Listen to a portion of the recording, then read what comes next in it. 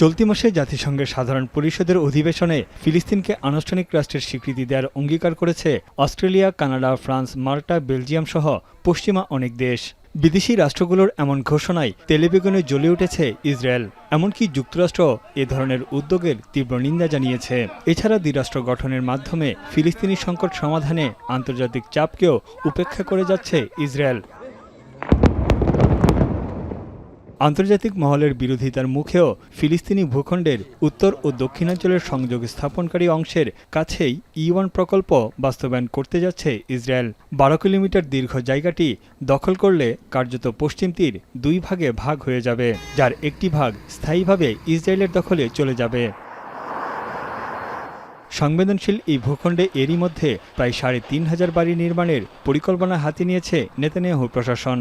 এবার অধিকৃত পশ্চিম তীরে বড় আকারে বসতি সম্প্রসারণে আনুষ্ঠানিক স্বীকৃতি দিলেন ইসরায়েলি প্রধানমন্ত্রী। এ সময় তিনি হুঁশিয়ারি জানান, ভবিষ্যতে ফিলিস্তিন রাষ্ট্র বলতে কিছু থাকবে না। এটি ইসরায়েলিদের নিজস্ব ভূখণ্ড বলেও দাবি করেন তিনি।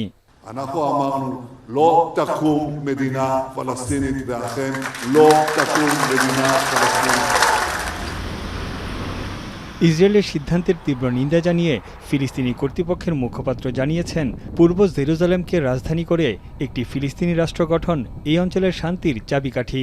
জাতিসংঘের 149টি সদস্য রাষ্ট্র ফিলিস্তিনকে স্বীকৃতি দিয়েছে বলেও দাবি করেন তিনি। এদিকে কাতারের দোহায় ইসরায়েলি হামলার তীব্র নিন্দা জানিয়েছে জাতিসংঘের নিরাপত্তা পরিষদের সদস্যরা। ইসরায়েলের ঘনিষ্ঠ মিত্র যুক্তরাষ্ট্রসহ 15 সদস্যের সবাই চলমান উত্তেজনা কমানোর আহ্বান জানিয়ে একটি বিবৃতি দিয়েছে। এই সময় ইসরায়েলি হামলার নিন্দা জানান জাতিসংঘে নিযুক্ত মার্কিন প্রতিনিধি। Unilateral bombing inside Qatar, a sovereign nation working very hard and bravely taking risks alongside the United States to broker peace, does not advance Israel's or America's goals.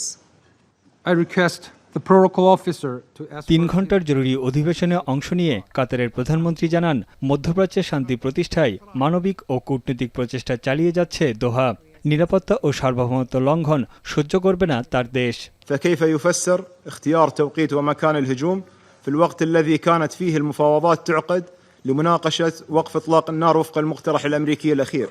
لقد اجتمع الوفد التفاوضي لحركة حماس لمناقشة الرد على الورقة الأمريكية.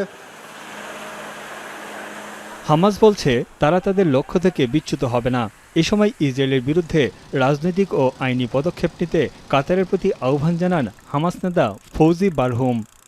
وغيرها من الجرائم الصهيونية لن تفلح في تغيير مواقفنا الراسخة ومطالبنا الواضحة في وقف العدوان على شعبنا والانسحاب الكامل لجيش الاحتلال من قطاع غزة. এদিকে ইয়েমেনের রাজধানী সানায় ইসরায়েলি হামলায় ব্যাপক ক্ষয়ক্ষতি হয়েছে দেশটির জাতীয় জাদুঘর। এতে ধ্বংস হয়ে গেছে জাদুঘরের সংরক্ষিত বহু প্রত্নতাত্ত্বিক নিদর্শন। তবে ইসরায়েলিদের দাবি, হুতি গোষ্ঠীর সামরিক স্থাপনা ও প্রচার বিভাগ লক্ষ্য করে হামলা চালিয়েছে তারা।